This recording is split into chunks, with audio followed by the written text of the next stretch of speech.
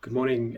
Good morning, everybody. I just wanted to, a lot of questioning that I've been getting, questions that people are asking me is how do we find a way? What's the quickest way to become calm and peace? And in a lot of the times in my hypnosis sessions and in the coaching that I've done, there's a very common theme that people are wanting peace and calm in their lives more than anything, really. Because it's from that place that once you've achieved your peace, that you can make informed decisions, you can be relaxed, and life just seems to flow. So if you're operating from a place of peace, and people often say to me, well, how on earth do I get there? And over the years, I have actually said to people, look, there really is definitely a way. Now, for me, that way has been developing a very specific breathwork practice that I follow every day without fail. And I have been doing that for years.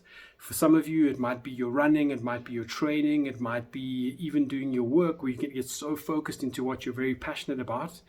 And all of these things are actually creating flow. So when we talk about hypnotic trance or the runner's high or your meditative bliss, it's all more or less the same thing. And what you're actually doing is you're creating a balance, you're creating alignment.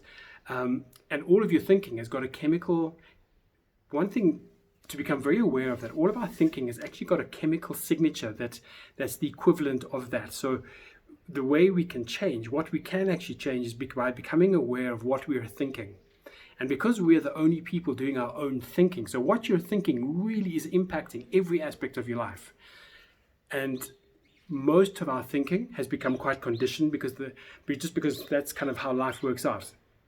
And to be able to change that, just to become aware of it, is very, very important. So similar when I was a personal trainer, doing personal training with people, I'd ask them to track, instead of writing out a menu and following the menu, just for the first month, track what you're eating so that you know what to change.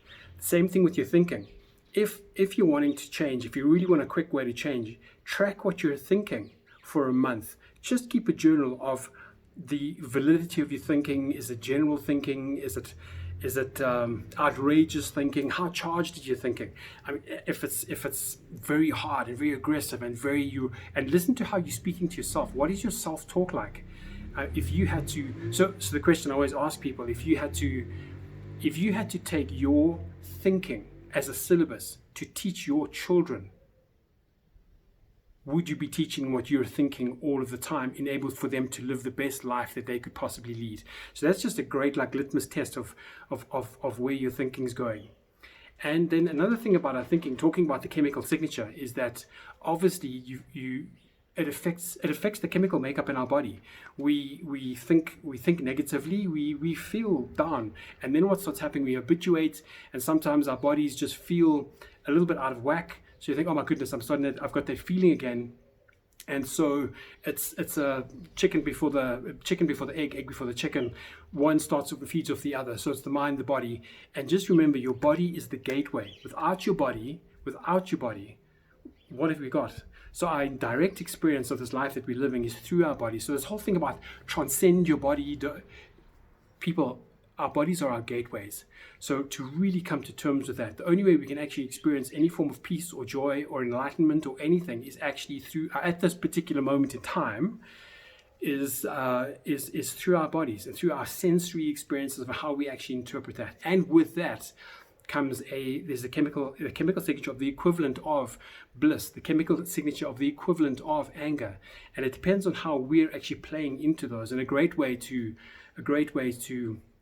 give an example of that is that you've got your parasympathetic, which is your rest and digest, and then you've got your sympathetic, and obviously these two together make up your central nervous system.